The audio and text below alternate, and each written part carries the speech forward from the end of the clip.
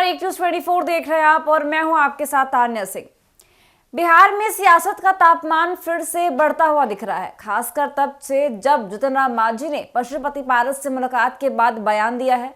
इस बयान के बाद राजद ने एक बड़ा राजनीतिक बयान देकर एक नई बहस छेड़ दी है। राजद का दावा है कि भारतीय जनता पार्टी एक ही रणनीति से चिराग पासवान और नीतीश कुमार दोनों को निशाना बना रही है। राजद का मानना है कि बीजेपी का यह नया हथियार जीतन राम मांझी है, जिन्होंने पहले भी नीतीश कुमार की राजनीतिक स्थिति को चुनौती दी थी।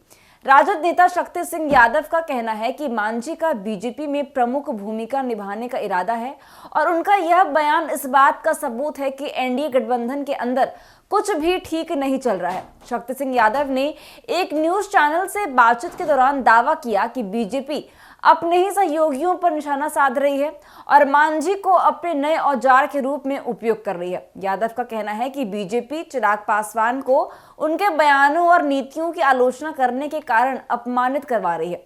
चिराग पासवान ने वक्फ बोर्ड बिल समेत अन्य मुद्दों पर पीएम मोदी की नीतियों का विरोध किया, जिससे बीजेपी में गुस्सा है और इसीलिए मांझी ने सार्वजनिक रूप से पशुपति पारस को रामविलास पासवान का असली वारिस बता दिया। इसके अलावा राजद का कहना है कि बीजेपी का असली टारगेट सिर्फ चिराग पासवान नहीं है, बल्कि नीतीश कुमार भी इस फेहरिस्त में शामिल है।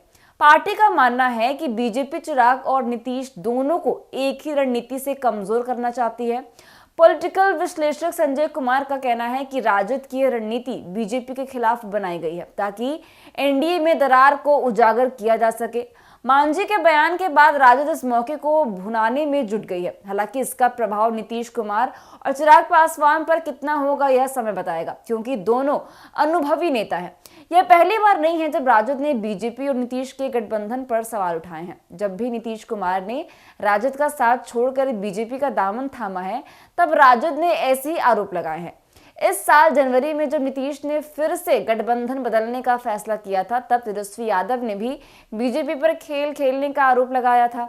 हालांकि उस समय राजद का यह दाव उल्टा पड़ गया था। अब सवाल उठता है कि क्या इस बार भी राजद का यह दावा महज एक रणनीतिक चाल है या इसमें सच्चाई की कुछ झलक भी है।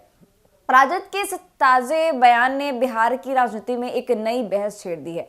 एनडीए और बीजेपी के भीतर खींचतान की खबरें पहले भी आती रहती है, लेकिन मांझी का बयान इन अटकलों को और भी बल दे रहा है। राजद इस मौके को अपने फायदे के लिए इस्तेमाल करने की कोशिश में जुट गई है। वहीं दूसरी ओर बीजेपी की ओर से इस मुद्दे पर कोई ठोस प्रतिक्रिया नहीं आई है, जिससे राजनीतिक सरगर्मियों में और इजाफा हो रहा है।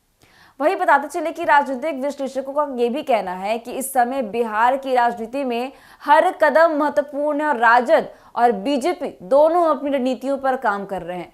मांझी का बयान राजनीतिक में एक नई विदिशा देने की कोशिश कर रहा है और आने वाले दिनों में यह देखकर दिलचस्प होगा कि यह सियासी जंग किस दिशा में जाती है। तो फिलहाल के लिए बस इतना ही। ऐसी तमाम खबरों के लिए देखते रहिए 24। धन्यवाद।